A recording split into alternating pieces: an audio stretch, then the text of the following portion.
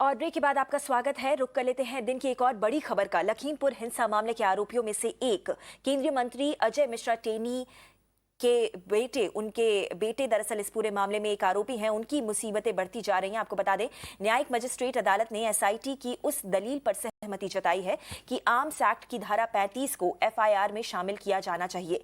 इस सेक्शन के तहत उस व्यक्ति पर भी आपराधिक जिम्मेदारी लागू होती है जिसके परिसर में हथियार और गोला बारूद बरामद होते हैं। इसका मतलब ये हुआ कि केंद्रीय मंत्री की मुसीबतें बढ़ने वाली हैं, क्योंकि उनकी जली हुई गाड़ी से 2 खाली .315 कारतूस बरामद हुए थे। और इसके साथ ही केंद्रीय गृह राज्य मंत्री अजय मिश्रा टेनी के बेटे आशीष मिश्रा को भी राहत मिलती हुई तो फिलहाल दिखाई नहीं दे रही है। कोर्ट ने चार्जशीट में हत्या की कोशिश का मामला दर्ज करने पर हामी भर दी है। आपको बता दें कि अजय मिश्रा के काफिले ने कथित तौर पर 3 अक्टूबर को विरोध कर रहे किसानों को कुचल दिया था।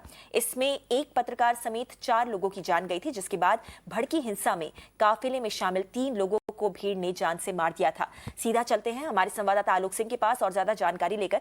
आलोक, गुड मॉर्निंग। सबसे पहले तो आपसे एमओएस होम के बारे में बात करना चाहेंगे।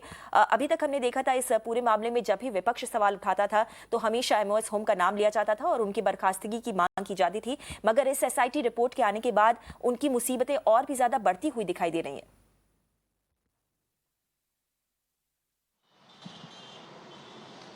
जी बिल्कुल गौरी, गुड मॉर्निंग। देखिए, एमओएस होम अजय मिश्रा टेनी के लिए मुसीबतें बढ़ रही हैं। कारण ये है क्योंकि जो एसआईटी की रिपोर्ट आई है उस रिपोर्ट में ये साफ साफ कहा गया है कि जो घटना हुई थी वो एक कॉन्स्पिरेसी के तहत की गई थी।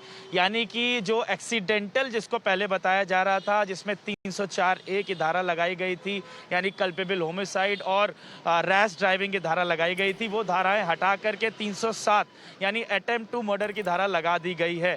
हालांकि अगर देखा जाए तो उसमें 4 लोगों की मौत हुई है। जो अपोजिशन है वो तो डिमांड कर रहा है, और खासतौर पर किसानों की बात की जाए तो वो डिमांड कर रहे हैं कि इसमें 302 के सेक्शन भी रहना चाहिए, यानी मर्डर का सेक्शन रहना चाहिए। लेकिन 307 का सेक्शन कोर्ट ने भी एक्सेप्ट कर लिया है, यानी अटेम्प्ट टू मर्डर। तो कहा जाए तो 307 जो है वो भी संगीन धारा है, माना जाता है। और अब फिलहाल आशीष मिश्रा के लिए तो मुसीबत बढ़ ही गई है, लेकिन साथ ही साथ उनके फादर, क्योंकि आरोप ये है कि उस दिन पिस्टल यानी जो तमंचे की बात, जो किसान लोग जो वहाँ पर मौजूद थे लखीमपुर खीरी में जिस दौरान ये घटना हुई, वो पहले दिन से आरोप लगा रहे थे कि वहाँ पर हवाई फायरिंग की गई और साथ ही साथ किसान जो थे उनको डराया धमकाया भी गया था। जब किसानों ने इनके ड्राइवर्स को पकड़ने की कोशिश की तो इसका मतलब है कि हथियार वहां पर मौजूद थे, और पुलिस की जांच में भी सामने आया है ये। तो इसी कारण से आर्म्स एक्ट की धाराएं जोड़ने की बात कही जा रही है।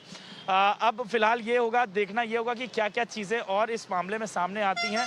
लेकिन फिलहाल कहा जाए तो चाहे लखीमपुर खीरी हो, चाहे किसान आंदोलन भले दिल्ली से ख़त्म हो चुका हो, लेकिन किसानों की डिमांड, क्योंकि कल हमने देखा कि एसकेएम संयुक्त किसान मोर्चा ने फिर डिमांड किया जब एसआईटी की रिपोर्ट आई, और उन्होंने साफ साफ कहा कि जो अजय मिश्रा हैं उनको फौरन बर्खास्त करना चाहिए और उनकी गिरफ्तारी भी करनी चाहिए इस पूरी कॉन्स्पिरेसी में।